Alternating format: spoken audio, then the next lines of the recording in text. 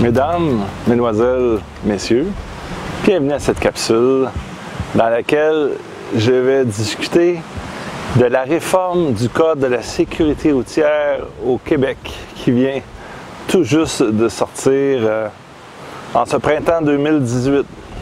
C'est les avocats qui veulent faire de l'argent! Ils sont bien placés, hein, sont mandatés par ces grandes sociétés-là, la Société d'assurance automobile du Québec, et font travailler des avocats. Là-dessus, tu as un point. C'est correct, ça, M. Pilon, qui change les lois. On n'a pas besoin d'ivrogne au volant. Non, on n'a pas besoin d'ivrogne, je suis tout à fait d'accord avec vous. Mais on va regarder ça dans l'ensemble. Est-ce qu'il n'y aurait pas un peu d'abus au niveau de la Société d'assurance automobile du Québec? Un récidiviste au niveau de l'alcool, mesdames, messieurs, devra souffler dans un antidémarreur éthylométrique, je crois, à vie. C'est correct, ça, monsieur. Par contre, il faut savoir que la location d'un tel appareil, c'est 100 $ par mois.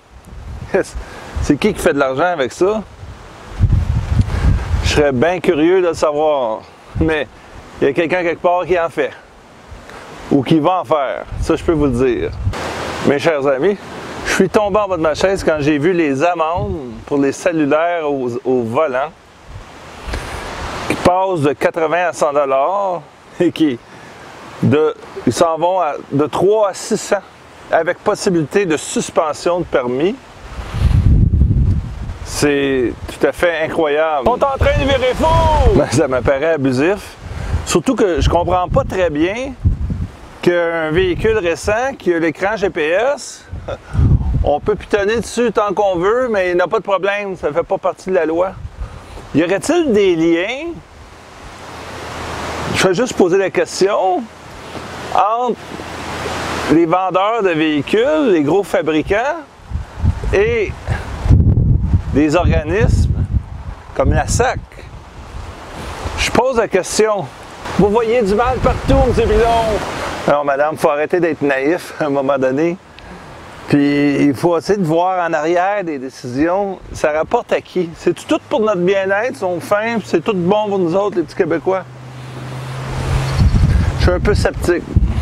Faut que le monde obéisse à toutes les lois, M. Pilon. Ouais, mais à un moment donné, il faut peut-être savoir pourquoi ces lois-là. Il y a des humains en arrière de ça, il y a des gangs de chums en arrière de ça.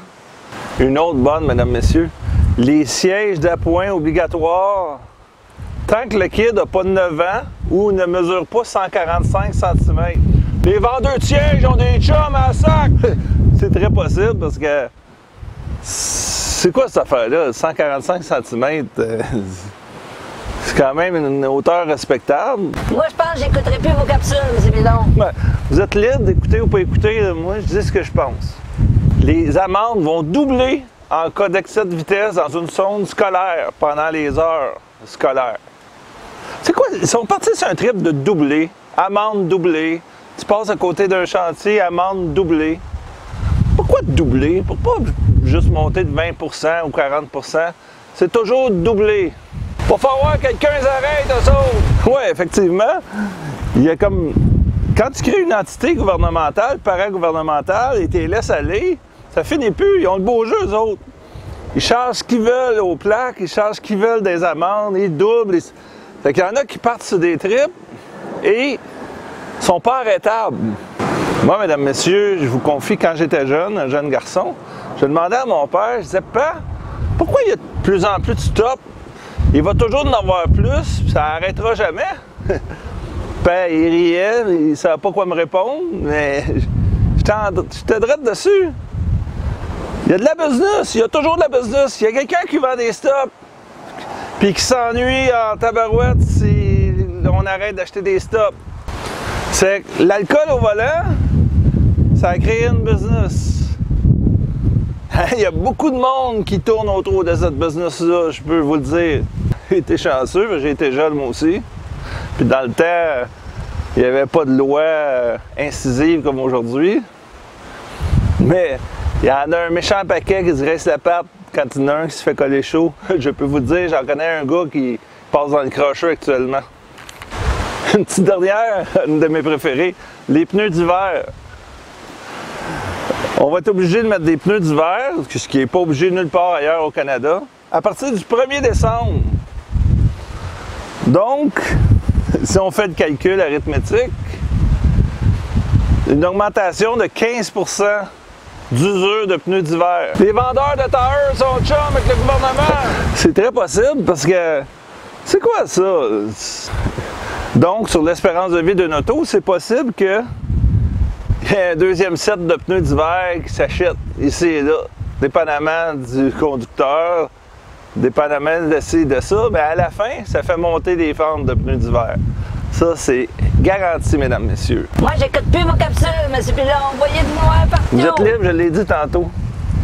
C'est définitivement que, à un moment donné, quand tu comprends Gamic, peut-être qu'on voit trop noir, mais peut-être qu'on voit trop clair aussi.